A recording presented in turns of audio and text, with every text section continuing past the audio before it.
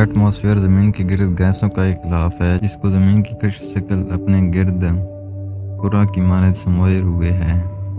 عام الفاظ میں اسے صرف فضا بھی کہا جاتا ہے، جیسے ایٹماسفیئر بھی کہتے ہیں۔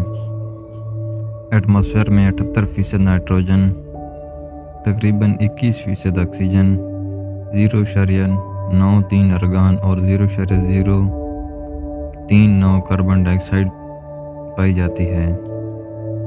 ایٹماسفیئر کی 5 تہیں ہیں یا لیئرز ہیں، جن میں ٹروپوسفیئر، سٹریٹوسفیئر، میزوسفیئر، تھرموسفیئر اور ایگزوسفیئر ہیں۔ سب سے پہلے ٹروپوسفیئر پر بات کرتے ہیں۔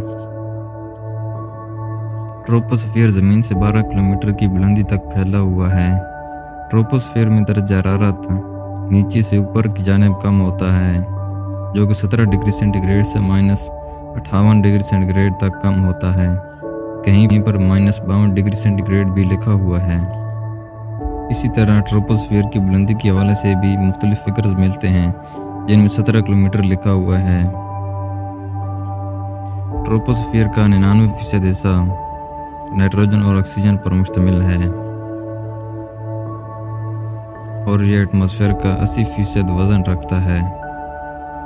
ٹروپوسفیئر میں موسم میں تبدیلیاں خوب واقع ہوتی ہیں۔ بادل، بارش اور ہوا، ان سب کا تعلق ٹروپوسفیئر سے ہی ہے۔ اب بات کرتے ہیں سٹریٹوسفیئر پر۔ سٹریٹوسفیئر 50 کلومیٹر تک بلند ہے۔ اس میں ٹمپریچر -58 سے 2 ڈگری سینٹی گریڈ تک بڑھتا ہے۔ ٹمپریچر میں یہ اضافہ اوزون کی موجودگی کی وجہ سے ہوتا ہے۔ سٹریٹوسفیئر کے 20 سے 30 کلومیٹر کے درمیان اوزون کی کنسنٹریشن زیادہ ہوتی ہے۔ سٹریٹوسفیئر میں ہی سورج کی شعاعوں کی وجہ سے اوزون بنتی ہے اور اوزون ٹوٹتی بھی ہے۔ سٹریٹوسفیئر میں مونو آکسیجن نہیں پائی جاتی، بلکہ ڈائی آکسیجن یا اوزون پائی جاتی ہے۔ زمین کا تیسرا کرہ میزوسفیئر ہے۔ میزوسفیئر 50 سے 85 کلومیٹر کی بلندی تک پھیلا ہوا ہے۔ اس میں ٹمپریچر 2 ڈگری سینٹی گریڈ سے -93 ڈگری سینٹی گریڈ تک کم ہوتا ہے۔ اب بات کرتے ہیں تھرموسفیئر کے حوالے سے۔ تھرموسفیئر 85 سے 120 کلومیٹر تک پھیلا ہوا ہے۔ اس میں ٹمپریچر بڑھتا ہے، جو کہ -93 ڈگری سینٹی گریڈ سے 1500 ڈگری سینٹی گریڈ تک بڑھ سکتا ہے۔ ٹمپریچر میں اضافے کی وجہ سے اسے تھرموسفیئر یا کرہ حراری بھی کہتے ہیں۔ تھرموسفیئر میں گیسوں کے مالیکیولز کے درمیان فاصلہ زیادہ ہونے کی وجہ سے درجہ حرارت حسب معمول کام نہیں کرتا، بلکہ بے ترتیب انداز میں بڑھتا ہے۔ سب سے آخر پر کرہ بیرونی ہے، جو کہ کرہ حراری سے خلا تک پھیلا ہوا ہے۔ ان 5 کروں کے علاوہ کرہ روانیہ بھی پایا جاتا ہے۔